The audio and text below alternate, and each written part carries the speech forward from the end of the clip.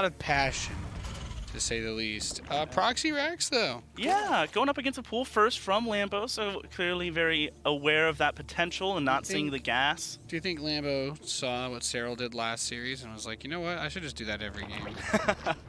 And so is the goal here to establish bunkers in front of that in front of the natural hatchery? Yeah, for sure. It's just going to be impossible to do with 6 lings here and a queen. Yeah, this is a really solid opener for Lambo, matching up against this as some 3 Marines now going to be enough to push him forward. 3 is the magic number for dealing with 6 slings, but this is why he's going to try to smart. He wants to cut off reinforcements. And you can dance like this forever if you're Lambo. You want to dance as long as possible because you're just going to keep building up and leveraging that Zerg production. But ooh, I haven't seen the likes of this in quite some time. Oh, yeah, trying to wall that completely off would limit the potential of these Zerglings, limit that surface area. Great work by this queen, target firing down those SCVs. Yeah. These Marines going to have to support this. That's why they made that patch. And there's the rallied in, the tucked in rally Marines. He needs to get this bunker up, but the queen, I think, is about to yeet onto that SCV one more time. Not quite getting it as it comes back in. But there's a fresh queen. That's enough. Yeah. Very nice. As the Zerglings that were pressuring those barracks did get cleaned up, as we saw, and now Lambo moving forward with that speed started up behind this as well. And so far, so good for Lambo here in terms of holding this off. Natural Command Center now getting added on for Marinelord on that high ground. You need every little bit. Very nice. Pause on right now. These Marines should be super dead. Yeah, gonna do what they can here, trading out against this. And now factory behind this. Good micro, really good micro with these Phenomenal. Marines. I think he's gonna. He gets all of them here. Oh, yeah, very nicely done. Put the barracks onto that base and just chill.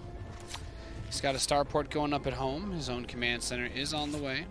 And so from the Terran perspective here, you know, you go for this proxy 2 racks. Obviously, the 1 barracks having to float back home, not producing anything in that time. What's the next step here? Well, he's got to get his tech up. I mean, he has to. You try to get into a normal flow of the game, and I think he's building a reactor with the factory. So we're probably going to see him get some Hellions, try to take a bit of map control. I like all of it. Get the Battlecruiser out as soon as possible. Use it to counterattack and keep the Hellions on the field because there were a good amount of lings just made, and there is a Baneling nest close to finishing. So if all of his Hellions were to get grabbed or caught, then suddenly maybe we see that big counterattack play, which we've seen Zergs attempt before in WCS this week. August is looking like a fun month for you guys. Okay, I'm just letting you know, because I'm a good person like that. Nice guy, Nate. I'm spoiling things, all right? When they take my head, just know that it was Nathanius who raised the hype. Ooh! Teleporting right on top of this, trying to kill these queens. Great transfuses, keeping them alive, but the first one will fall. Hellions kiting back here. Synergizing these units, very important. If you can clean up the lings, of course, the Hellions can dive onto the workers because the queens want to get the Battlecruisers. And that's the nice thing is sometimes you're like, you know what? Hellions don't do a lot of damage versus queens. But when it comes to trying to tip the scales, that lineup. When it comes to tipping the scales, the Battlecruiser can get a lot more done against those queens if they just have that little bit of support damage. And that drone roast and toast was fantastic. And look at the follow-up: 3 factories, mech. Infernal Twig Igniter coming up as well. It's Imana Cannon is now done. We see those Battlecruisers making their way down the bottom side of this map, looking for a potential flank. Of course, having that teleport available. Yeah, and just like this build is like the more Battlecruisers you have, they do get better as you have more and more of them. So getting up to, I think we are at 3 BCs now. The boulder's rolling at a pretty good pace. Yeah, it's got some healthy momentum going. The Secret Agent a little winded. Yeah. But nice queen positioning from Lambo so far. Great job being aware of that. There's a quick time event. So 5 command centers on the way. Yes. So he's gone for he's getting quite a few in his index funds set up here. The Mule Bank is gonna pay off in huge dividends for him later on. Yeah, good interest rates. You know, very good negotiator, Marinelord, with the Bank of Terran. Yep.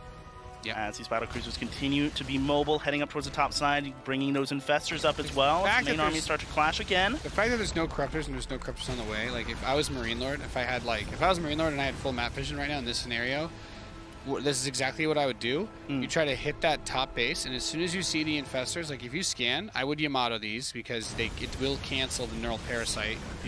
If the animation starts before they get parasited? Neural Parasite does not stop Yamato. So if you tell it to Yamato Infestor, it's a gambling move. It's a risky move. There's a scan. He sees it. It's a risky move, but you can get Yamato off through Neural Parasite. You just have to make sure you're killing the Infestors that are getting the Neurals. And those very same Infestors still committed up towards that top right side as the siege position gets better for Marinelord. Moving forward, trying to pressure the Hellfather Hatchery. There go the Infested Terrans and the Vials coming through here. It's too many Infestors, honestly. The best thing that Marinelord did in this game was keep still such a huge ground army. Because Lambo is really well set up against the air. So, like, should be totally fine to get this. And, like, yeah, that's a lot of Infestor energy to get that BC. Yeah, so much having to get committed there to take that out. Okay, see what I'm going to say. You got to make sure you attack. Of course, that's another one of the things that once armor is active again against Infested Terrans on the patch, it's about a 50% DPS nerf, something like that. Almost 50% DPS nerf. It is very significant. Oh, good fungal, catching all three here, and now the Infested Terrans going out. Yamato cannons on each other. Very, very nice. And yeah, we'll go down here. Great pickup for Lambo. 8 Broodlords, 10 Broodlords now on the way for him. Still lacking in that Corruptor count, though. Every single Corruptor he had getting turned into Broodlords. There we go. You see that? Ooh. Now he shift queued the command. So while the Yamato was traveling in air to kill that Infestor, he told it during the Yamato animation to tactical jump. So he saves himself as he's given his final order to teleport over himself. So Lambo still secures the kill anyway. Funnily enough, if you do that, you can actually move the Battlecruiser while it's in its hologram form. You can give it a move command when that happens. Interesting. Yeah. I was supposed to tell someone I figured that out. +1 ship weapons is almost done, though. Yeah, and these Broodlords starting to siege up, but now Marinelord on the other side of them with that mobile mech force. Battlecruisers showing themselves up on the top side. Infestor's going to have to choose where they're going to commit, splitting half of them off to head up there to fight. It's one Broodlord off on its own, doing his own thing. Spore Crawlers trying to save this base, but these drones will eventually get toasted. Yeah, the lack of Corruptors is just really funny. He can't use the Infestor energy, though. He can't use the Infestor energy. He only built the Corruptors for Broodlords. If you were to get through all the Infestor energy, like if these BCs could escape, teleport onto the Broodlords is what I would do, yes. So he's going to force out. Here's the Infested Terrans. Now, if the tanks and Hellions could deal with those, the Battlecruisers can kill the Broodlords, but Infested Terrans are... Well, they're getting patched for a reason. Yeah, they are very, very good right now. They don't care. They don't really care too much, these beasts. Ooh, he's out of energy here. More Battlecruisers teleporting in now. These Infestors and Broodlords in serious danger. This Infested is Terrans on the left-hand side. Yamato cannons going out, hunting them down as they run for the hills. But there is no salvation against these Battlecruisers. Okay, one thing does terrify me. He's building Vikings, one of the worst units you could possibly build versus Zerg. But I think going back into Cyclones is the play right now because he killed the Infestors as well. And there's 22 Corruptors, so they're really the only thing that's going to be able to kill him is just a huge Corruptor counterattack and then like caustic spray all over his face. So there we go. Cyclones are being built. That's really important. Try to salvage as many of the BCs as possible. I don't think any of these ones should be able to get away unless there's 7 missile turrets here that I didn't see. No, there's no missile turrets. Okay, yes, all these BCs are going to die. Good pickups for Lambo, finally picking those up, but as you said, now going to have so many... this is exactly right after you go. Caustic spray. Yes. Nothing you can do. 30. It's like 34 DPS. I think I read into it. If 20 Corruptors try to caustic spray a building, it is impossible to fit enough SCVs around even an orbital or planetary to out-repair it. It's literally impossible. It will die. Every time. Yep. These Banelings looking to bring some death of their own, rolling in. I mean, finding some stuff, not the best. Yeah. Brood Lords starting that siege. This bottom left base still sitting in the air, unable to really do much. As the siege is continuing, more Battlecruisers heading up to the top side once again. The Spore Crawler count getting lower, but having to blink out.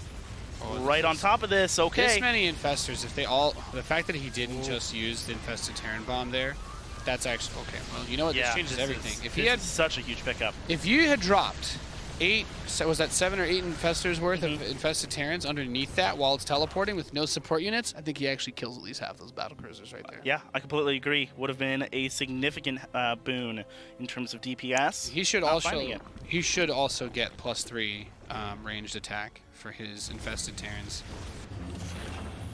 Yeah, still only on. They're not affected. +2. They're not affected by armor, but that damage upgrade is huge. Like just because the Infested Terran shoots so fast. Gets maximum value from it as these Hellions clearing out the creep in the center of the map once again. That Cyclone production continuing as. Oh my God, he gets flyers. 2 more Infestors. So nice. This whole game revolves around Infestors. Without the Infestors, Marinelord can very easily sit back and just teleport his BCs all out the south side. Ooh, that'd be very nice.